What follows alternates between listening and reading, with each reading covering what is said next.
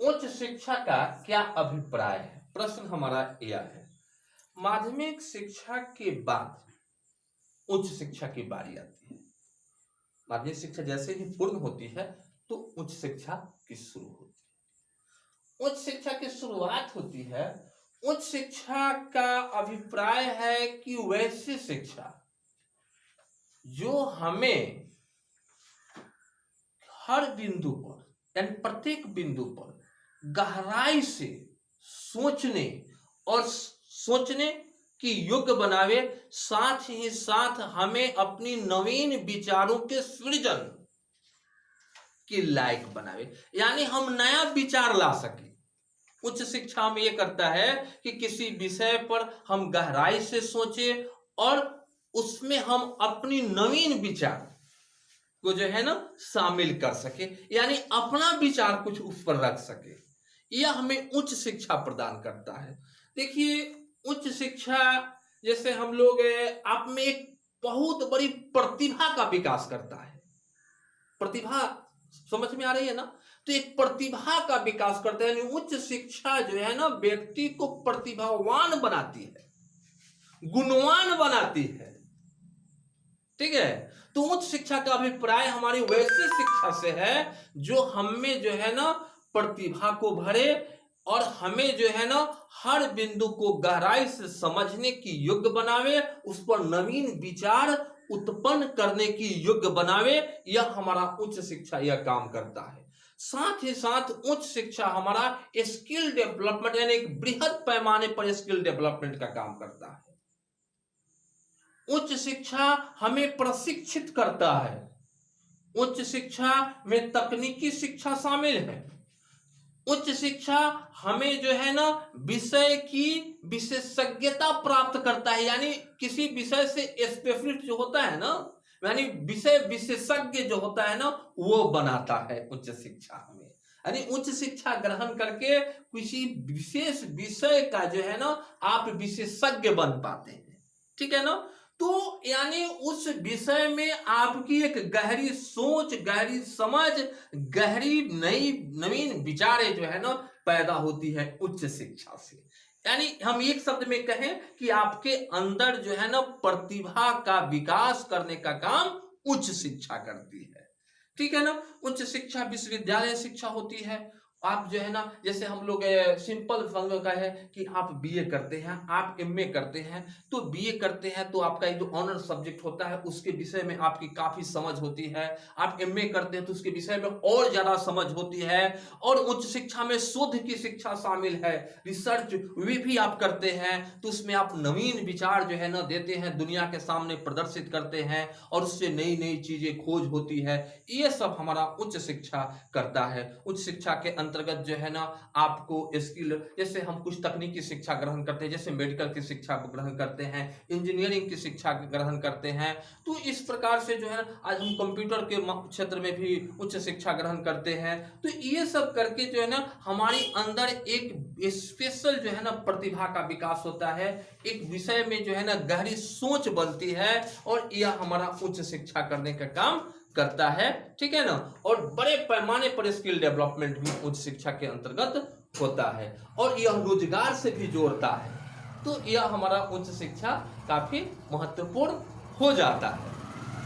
तो उच्च शिक्षा का मतलब हम लोग कुछ समझ में आ गया होगा। अब जो है हमें सेवा क्षेत्र के विकास में शिक्षा की भूमिका बताएं। देखिए, आज सेवा क्षेत्र का मतलब हुआ कि हमें स्वास्थ्य के क्षेत्र में, शिक्षा के क्षेत्र में, बैंकिंग के क्षेत्र में, बीमा का क्षेत्र, ये सब क्या है? सेवा क्षेत्र है। बात समझ में आ गई? परिवहन का क्षेत्र क्या है? सेवा क्षेत्र है। शिक्षा क्या है? सेवा क्षेत्र है।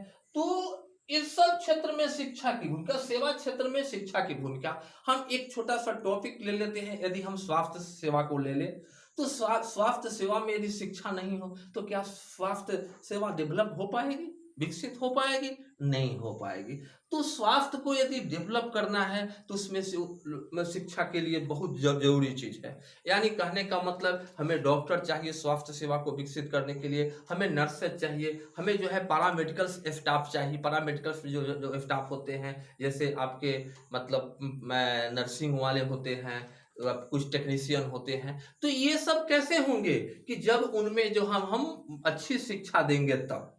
उन सब के विकास के लिए भी शिक्षा का होना बहुत जरूरी है कि ऐसे हो जाएगा। वे पढ़ेंगे, उन्हें शिक्षित करेंगे, उन्हें अच्छी शिक्षा देंगे तो वे अच्छा जो है ना हमारी सेवा दे पाएंगे। ठीक है, तो वह सेवा क्षेत्र के विकास में जो है ना इनका बहुत बड़ी योगदान होती है। हम बैंकिंग का क्षेत्र ले ले तो हमारा बैंकिंग का विकास कब होगा कि जब उसमें शिक्षा होगी, यानी सारे लोग शिक्षित हों, तब लोग बैंकिंग सिस्टम को समझ पाएंगे। ठीक है ना, जब सारे लोग शिक्षित होंगे तो बैंकिंग सेक्टर को समझेंगे, बैंकिंग सिस्टम को समझेंगे, बैंक के कार्यों को समझेंगे, बैंक से क्या लाभ है इन सारी चीजों को समझेंगे और तब उससे जुड़ेंगे और तब उसका विकास होगा। ठीक है, तो और मतलब इस प्रकार से जो है ना हमें शिक्षा की जो है बहुत बड़ी जो है ना भूमिका है। हम एक सेक्टर को और उठा लेते हैं। अब देखिए, जैसे हमने कहा कि बीमा का क्षेत्र, अब जब तक लोग शिक्षित नहीं होंगे वे बीमा को महत्व को समझेंगे कि जीवन में बीमा का क्या महत्व है? नहीं समझेंगे। लोग नहीं समझ पाएंगे कि बीमा क्यों जरूरी है। तो इन सब के लिए जो है ना शिक्षा का होना जरूरी है। जब लोग शिक्षित होंगे तो लोग इसके महत्व को समझेंगे, इसकी आवश्यकता को समझेंगे और तब इसके तरफ बढ़ेंगे और तब हमारा मतलब यह बीमा क्षेत्र धीरे धीरे क्या होगा, काफी मतलब विकसित होगा और सब लोगों के पास तक पहुंचेगा। और सब लोग के पास तक पहुंचेगा तब ना उसका विकास होगा। बोलिए कैसे विकास हो जाएगा? तो चाहे सेवा क्षेत्र हो, चाहे बीमा का क्षेत्र हो, चाहे बैंकिंग का क्षेत्र हो, चाहे कोई अन्य सेवा क्षेत्र से जुड़ी हुई क्षेत्र हो, उन सब के विकास के लिए शिक्षा का होना जो है ना बेहद जरूरी है। ताकि शिक्षा ही व्यक्ति को सोचने लायक, समझने लायक बनाती है, उनमें स्किल डेवलपमेंट होती है और तब हमारा सेवा क्षेत्र का विस्तार होता है। सेवा क्षेत्र में जब लोग शिक्षित होते हैं तभी सेवा क्षेत्र में योगदान भी देते हैं और सेवा क्षेत्र का लाभ भी उठाते हैं। तब जो है ना सेवा क्षेत्र बढ़ता है। और सबसे बड़ी बात है कि शिक्षा लोगों में जो है ना एक जागरूकता भी पैदा करती है, एक अवेयरनेस भी पैदा करती है। आज देख लीजिए कोरोना काल है और कोरोना काल में जागरूकता सबसे बड़ी चीज है ना, कि जब तक जागरूकता नहीं होगी तब तक उसको आप समझिएगा नहीं और जब तक उसके समझिएगा नहीं तो उसके लिए जो जरूरी कदम है उसको नहीं उठा पाइएगा।